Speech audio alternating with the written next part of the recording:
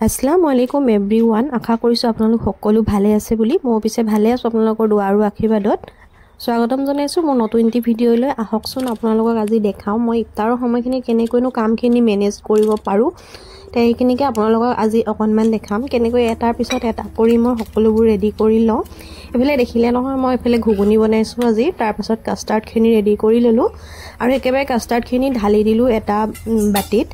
ঢালি মিলি একেবাৰে ৰেডি কৰি থৈছো আনটো ফালে এয়া মোৰ স্লেবখন অকনমান লেতেৰা হল এফালে মুছি দিলো আৰু হেফালে দেখিছে নহয় কুকাৰত মোৰ ঘুগুনিখিনি উঠাই থোৱা হৈছে একেবাৰে মজাই মিলি পাতিছো এনেকৈ খাই বেলেগ এটা ভাল লাগে তাৰ কাৰণে এনেকৈ বনালো কাস্টাৰ্ডৰ ৰেচিপিটা আপোনালোকৰ লগত শেয়াৰ কৰিছিলো আৰু কাস্টাৰ্ডৰ ৰেচিপিটো কোনে কোনে চালে কমেন্ট কৰি জনাবচোন আৰু যিসকলে ৰেচিপি ভিডিও বনায় তেখেতসকলে গম পায় কিমান কাহিবাতি লেতেৰা হয় আৰু পাকঘৰটো লগতে বহুত বেছি লেতেৰা হৈ যায় যাৰ কাৰণে মই এয়া লগালক আকৌ পাচনকেটা ধুই দিছো অজৰাই থৈ মিলি কাস্টাৰ্ডখিনি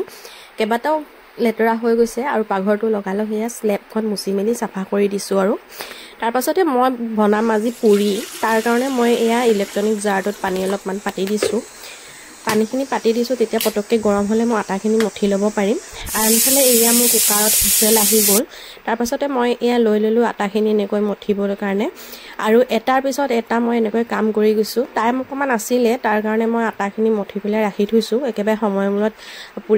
পুৰিকিটা চাকি দিম তেলত আৰু নহলে মানে ঠাণ্ডা হৈ গলে ভালো নালাগে খাই মিলি অকনমান নিমখ আৰু অকনমান ৰিফাইন দি মিলি খচি ললো মই আৰু এখন প্লেট দি পেলাই ঢাকি ৰাখি দিলো তাৰ পাছতে মই ৰেডি কৰি ললো ফ্ৰুটছখিনি আপোনালোকে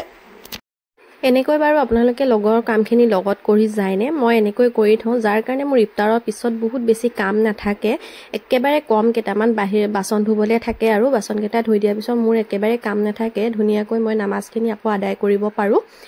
रोजा माहत आसलते कामবোৰ কেনেকৈ পাতল কৰিব পাৰি হেতুহে আমি চাব লাগে কাৰণ নহলে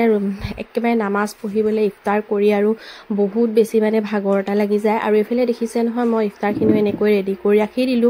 আৰু এফালে আনি পেলে মই এতিয়া ডাইনিঙত লগাই দিলো আৰু এফালে ইয়া আমি দুজনে বহিছো এতিয়া দুৱাটো মেন দুৱা কৰি লম তাৰ পাছত আমি ইফতাৰ কৰিম আৰু এনেকৈ আজি ভিডিওটো হেক কৰিছো কেনেকুৱা লাগিলে জনাব নাপাহৰিব